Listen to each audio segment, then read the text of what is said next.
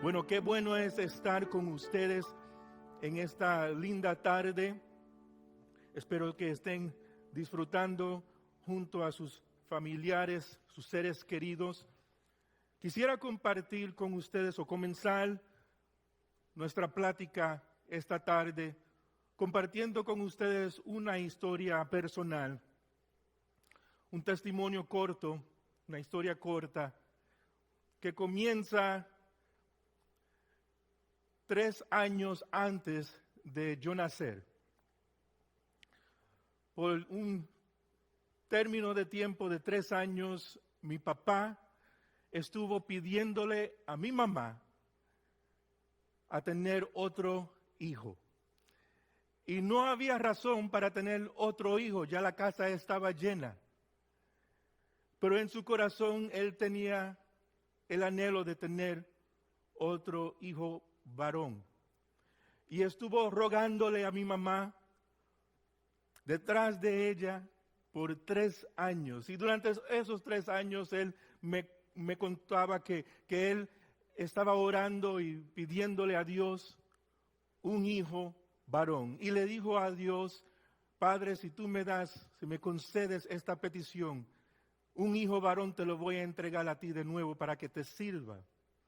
Bueno, el milagro se dio y mi mamá se dio y aquí estoy. ¿Y cuántos saben que yo le doy gracias a Dios por la persistencia de mi papá? Pero la alegría, lamentablemente, después de yo haber nacido, nací saludable, pero al poco tiempo, a los meses, ellos sufrirían una tragedia que no esperaban, una situación, una circunstancia en sus vidas que nunca habían sido preparados para vivir, nunca habían vivido algo así de esa manera. Y lo que sucedió fue que a los meses de haber nacido, como era inquieto, aún desde nacimiento, en un abrir y cerrar de ojos, me volteé en la cama de mis padres y caí al suelo y caí sobre mi cabeza.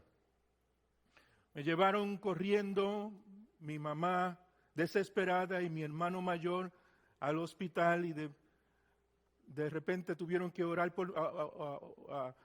tuvieron que hacer una operación de emergencia porque se habían formado unos coágulos en mi sangre, en mi cabeza, unos coágulos de sangre en mi cabeza y pues así obraron en mí los médicos y hubo mucha tristeza y no había garantías de nada. Pues me dieron de alta, pero hubo una complicación con esa operación. Los médicos descubrieron que al resultado de esa caída, el agua en mi cuerpo no estaba circulando bien. Y al no circular bien, había un peligro bastante serio de que la agua subía, pero no bajaba. Y los médicos le dijeron a mis padres que iban a tener que colocar unos tubos pequeños dentro de mi cuerpo para hacer que la agua en mi cuerpo circulara bien.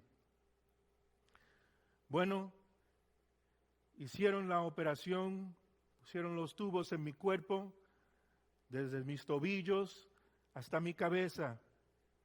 Todavía tengo las cicatrices. Y me dieron de alta. Y mis padres, mi padre fue pastor, fue evangelista por muchos años y ya en ese entonces él era siervo de Dios. Me llevaron a un servicio especial de avivamiento y me llevaron donde el predicador de la noche y él oró por mí.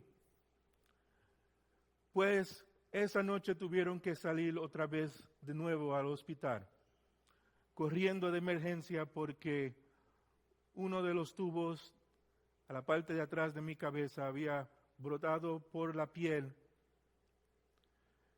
Llegaron al hospital y los doctores me examinaron y les dijeron a mis padres que mi cuerpo estaba rechazando los tubitos que ellos habían puesto en mí, que de emergencia tenían que sacar eso de mi cuerpo y que no podían garantizarles a ellos el resultado de ninguna manera.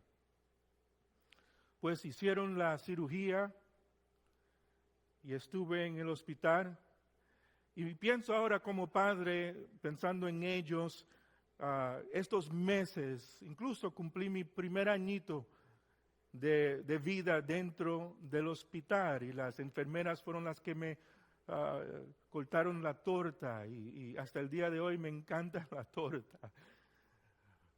Pero Dios estaba obrando. Y me cuentan mis padres que cuando esos tiempos, esos momentos, esos meses le parecieron una eternidad a ellos.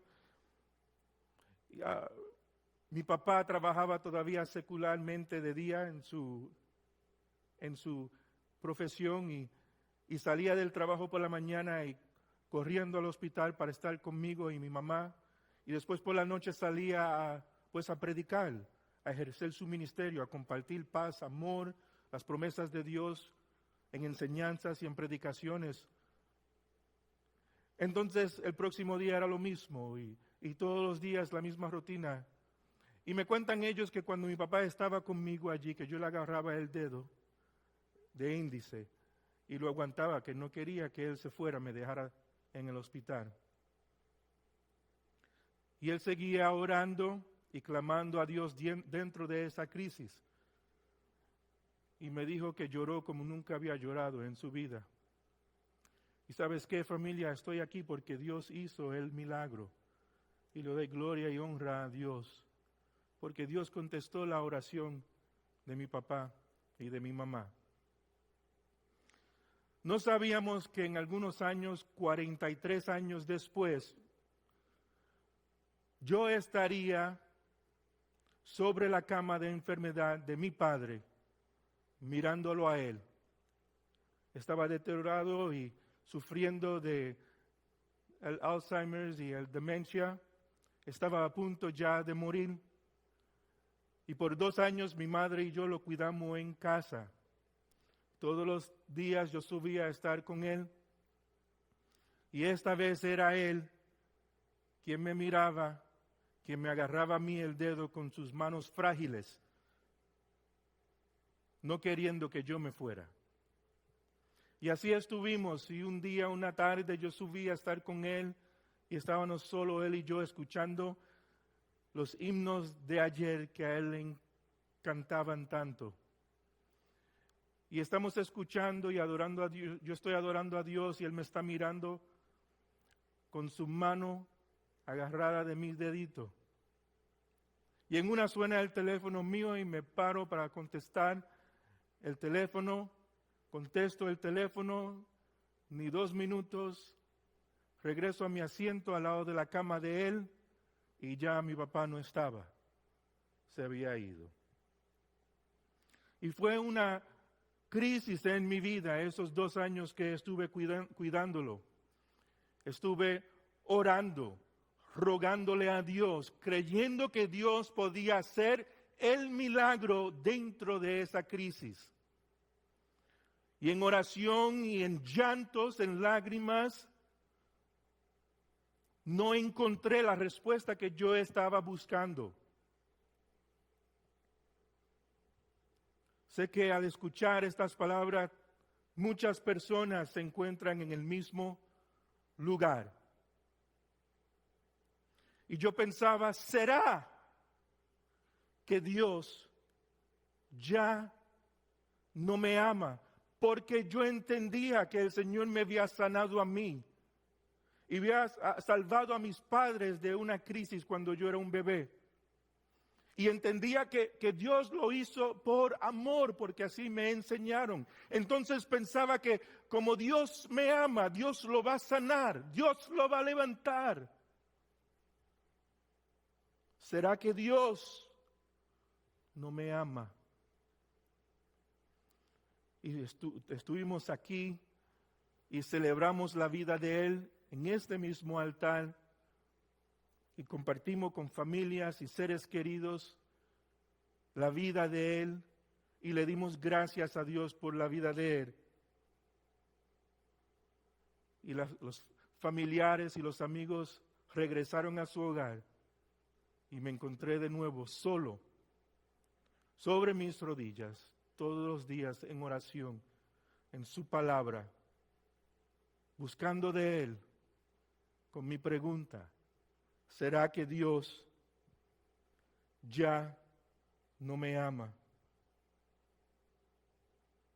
Pero en la quietud, en el silencio de mi cuarto, sobre mis rodillas, escuché la voz del Señor diciéndome: es precisamente porque te amo que nunca te ha dejado, nunca ha estado solo sin mí.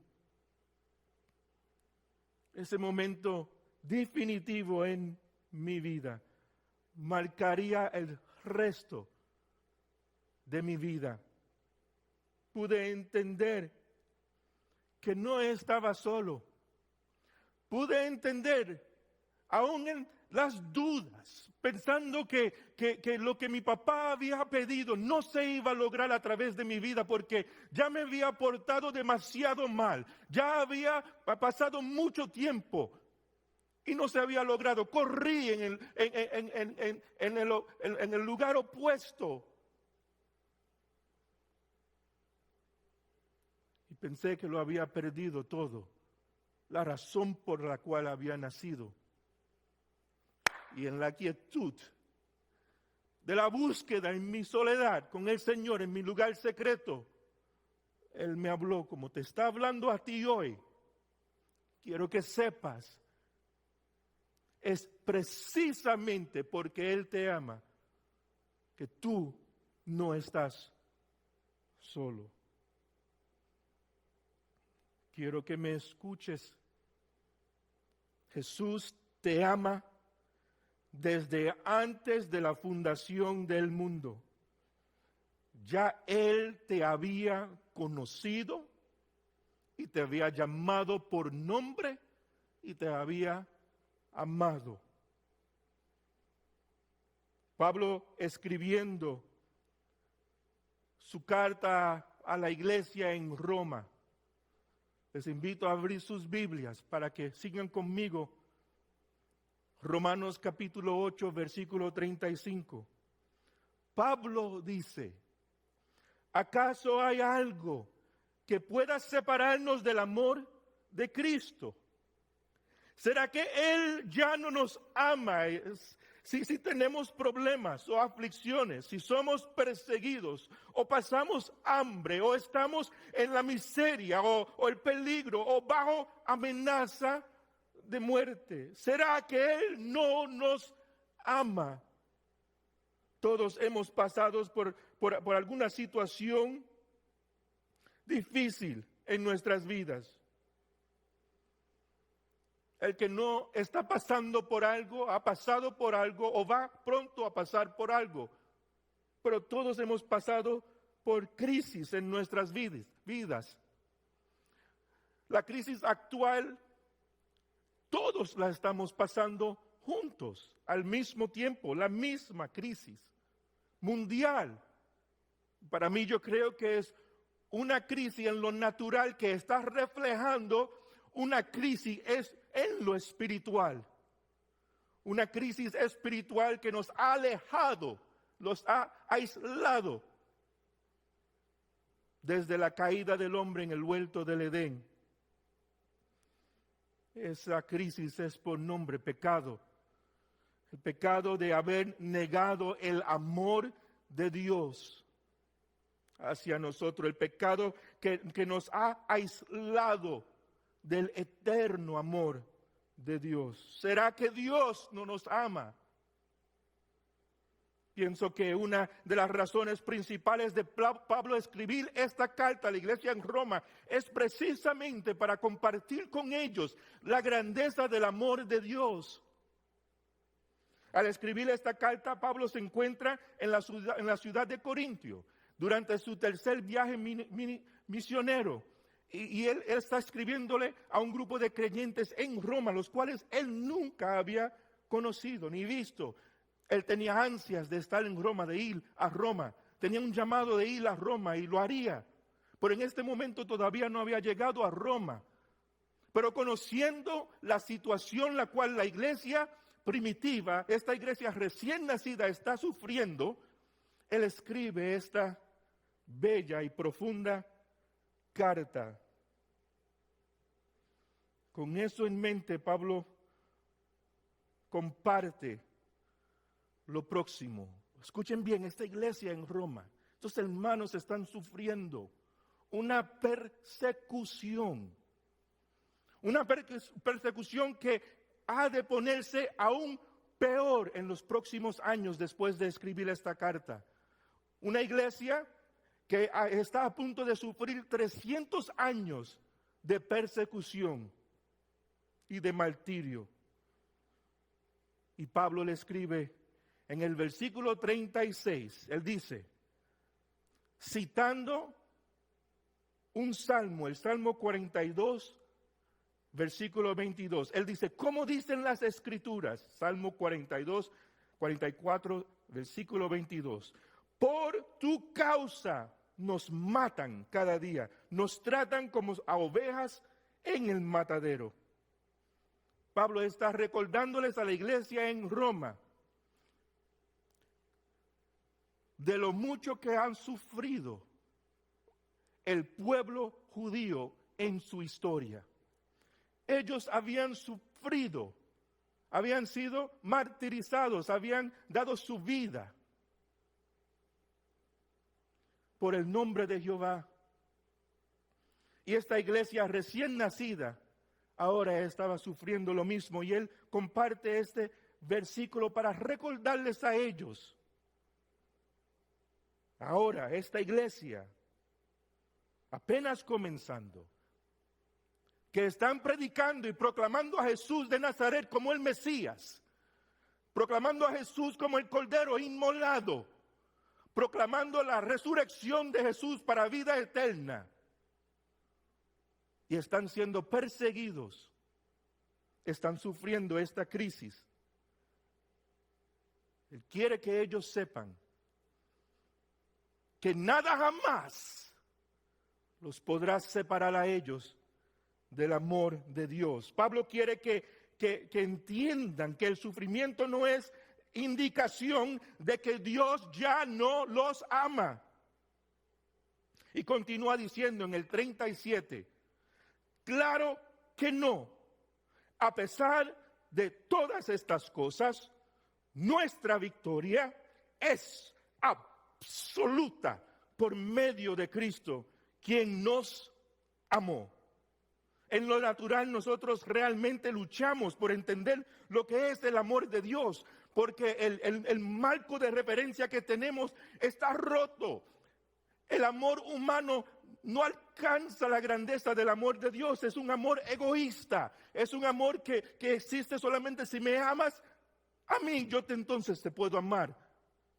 Es un amor que se cansa, es un amor, este amor humano, que no aguanta mucho.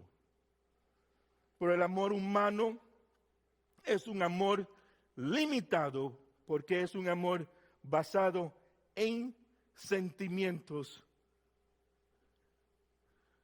y una naturaleza caída. Ese no es el amor de Cristo. Si no, familia, cojan aliento con esto. Quiero que sepa en primer lugar que el amor de Cristo es un amor perfecto en calidad. El amor de Cristo es un amor perfecto en calidad. Escucha Efesios capítulo 3, versículo 16 al 19 dice, entonces Cristo habitará en el corazón de ustedes a medida que confíen en Él. Echarán raíces profundas en el amor de Dios y ellas los mantendrán fuertes. Espero que puedan comprender, aquí viene, cómo corresponde a todo el pueblo de Dios. Cuán ancho, aquí está, cuán largo, cuán alto y cuán profundo es su amor. Es mi deseo que experimenten el amor de Cristo, aun cuando es demasiado grande para comprenderlo todo. Entonces serán completos con toda la plenitud, that's fullness, toda la plenitud de la vida y el poder que proviene de Dios. Esta oración es un ruego que nos debemos de atraer, de buscar, de luchar, encontrar la plenitud de la vida, que es completa en el amor, en el poder de Dios, que proviene de Dios para nosotros. ¿Cómo? ¿Cómo lo hacemos? Confiando en Él, buscando su amor. Esto es echando raíces, es en la comprensión del amor divino de Dios, donde encontramos fuerzas en la plenitud y en el poder de Dios.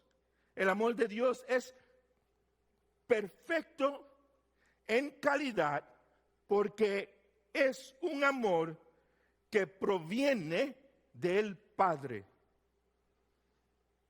Y el Padre, familia, el Padre es la fuente del amor. Primera de Juan, capítulo 4, versículos 7 y 8 dice, queridos amigos, sigamos amándonos unos a otros, porque el amor viene de Dios. Todo el que ama es hijo de Dios y conoce a Dios. Pero el que no ama no conoce a Dios, porque Dios es amor. Y luego en el 16 dice, nosotros sabemos cuánto nos ama Dios y hemos puesto nuestra confianza en su amor. Dios es amor. Y todos los que viven en amor viven en Dios y Dios vive en ellos. 18, la primera parte del 18 y el 19 dice, en esa clase de amor, aquí está tu palabra, en esa clase de amor no hay temor, porque el amor perfecto expulsa el temor. Nos amamos unos a otros porque Él nos amó a nosotros.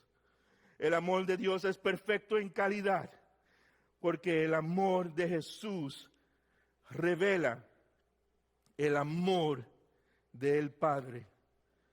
Primera de Juan 4:10 dice, en esto consiste el amor verdadero, no en que nosotros hayamos amado a Dios, sino en que Él nos amó a nosotros y envió a su Hijo como sacrificio para quitar nuestros pecados.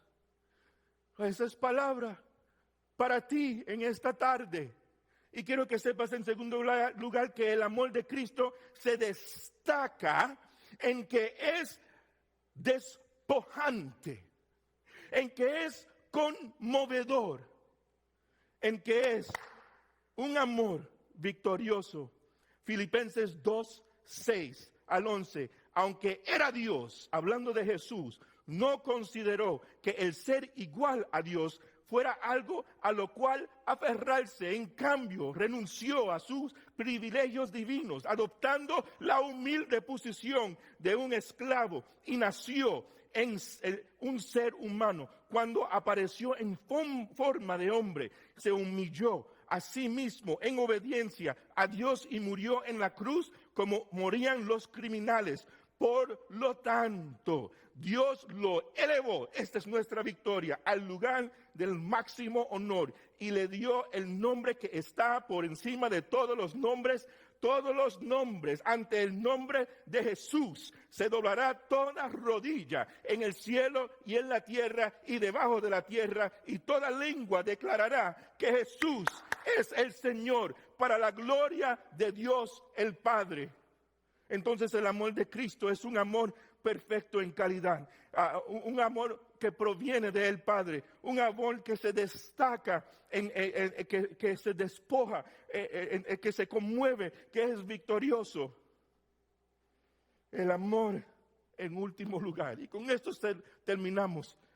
El amor de Cristo es un amor que jamás podrás perder. Pablo termina este capítulo diciendo, y estoy convencido de que nada podrá jamás separarnos del amor de Dios, ni la muerte, ni la vida, ni ángeles, ni demonios, ni mis temores de hoy, ni mis preocupaciones del mañana, ni siquiera los poderes del infierno pueden sacarnos del amor de Dios. Ningún poder en las alturas ni las profundidades, de hecho, nada en toda la creación podrá jamás separarnos del amor de Dios que está revelado en Cristo Jesús, nuestro Señor. Dentro y fuera de las dificultades, nada jamás te podrá separar del amor de nuestro Señor. Somos libres del juicio de nuestro pasado, somos libres de la derrota, somos libres del desánimo, somos libres del miedo. ¿Qué podemos decir ante estas cosas tan maravillosas? Familia, si Dios está con nosotros, ¿quién estará en nuestra contra? Así que los animo, céntrate en la verdad de Dios. Si te mantienes enfocado en la palabra de Dios, no temerás mal alguno. Adóralo por quien Él es, porque es un Dios de amor. Y camina en el amor infinito de nuestro Señor. Oremos. Padre, gracias te damos por tu gran amor, porque nada jamás nos podrá separar de tu amor, oh Jesús. Padre, clamo a ti por cada oyente, por cada persona que aún todavía vive lejos de ti, Señor, que tú lo toques donde quiera que estén y te puedan conocer y acercarse a ti por medio de Jesús. Clamo a ti por la iglesia que me está escuchando, que sea tu palabra y tu Santo Espíritu quien edifique tu iglesia. Y te doy gracias porque los hogares están siendo restaurados, porque las murallas del enemigo están siendo derrumbadas. Y todo esto te damos gracias en el nombre de Jesús, nuestro Señor y Salvador. Iglesia, familia, ha sido un gran honor y privilegio compartir esta palabra con ustedes. Les ruego a que continúen en oración. A pesar de las circunstancias, la palabra de Dios no cambia. Le servimos a un Dios que no cambia, un Dios que todavía nos ama. Que el Señor los continúe bendiciendo.